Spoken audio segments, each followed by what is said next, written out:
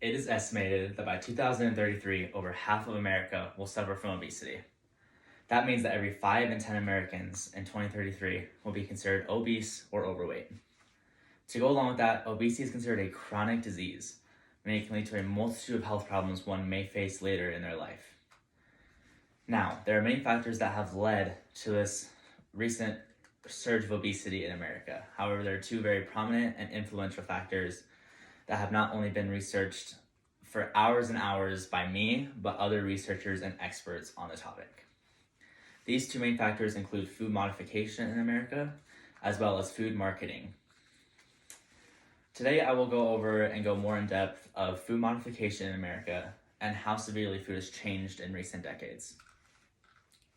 I'll then explain how these food marketing strategies have been exploited by food companies to lure consumers to buy their goods. And finally, I will touch base on how important obesity is due to how dangerous it is. So, one may ask themselves, has food really changed that significantly in recent years? Yes, it has. A research done by the American Journal of Public Health experimented on McDonald's food sizes, and they watched the fast food chain over years and years of time. Their findings found that a portion of food considered small in today's standards was once considered an extra large only 30 years ago. Their findings explained that food has been supersized, not only in McDonald's, but other fast food chains and food companies around the world.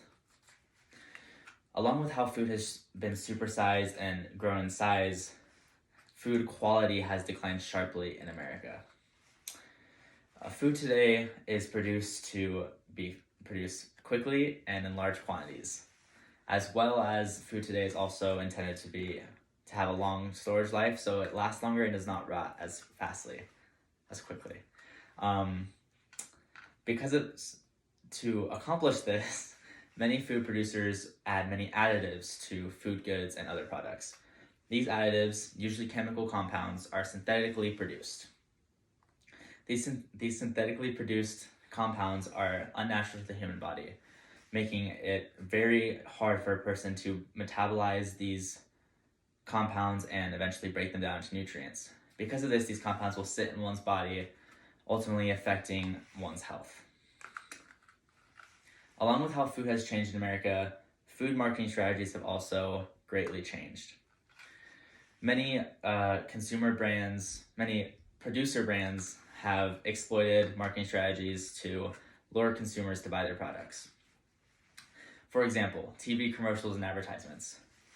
Everyone can probably think of a memorable advertisement where they saw a certain food product or establishment in general be highlighted or glorified.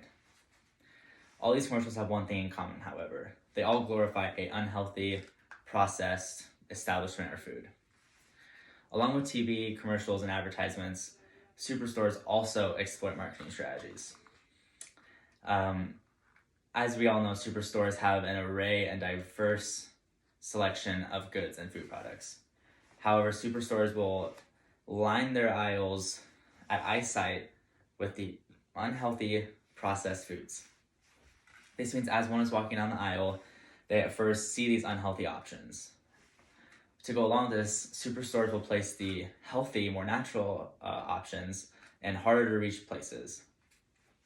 Because of this, ultimately, the unhealthy processed foods are more often than not purchased than the natural, more healthy option foods. Additionally, in many places throughout the country and certain specific low economic rural areas, a study was done by the Midwest Quarterly. They found that many of these areas have inadequate access to healthy food options. Because of this, they are forced to purchase and consume these ultra-processed, unhealthy food items. So, you may be asking yourself, do these factors really have that much of an effect on obesity in America? Yes, they absolutely do. Obesity in America has become a prevalent problem in today's society for many reasons. Over 30% of Americans are considered obese in today's society. Additionally, obesity has now been considered a national epidemic due to the health problems it causes. For example, those who have obesity are more likely to develop cancer later in their lives. Additionally, they are also more likely to develop and contract deadly diseases and other viruses due to their body's poor health. And lastly, a statistic by the CQ research article Obesity Crisis states that the percentage of Americans suffering from morbid obesity, meaning they're unable to live their day-to-day lives due to how obese and unhealthy they are, has doubled from 4.7% to 9.2% in only 20 years.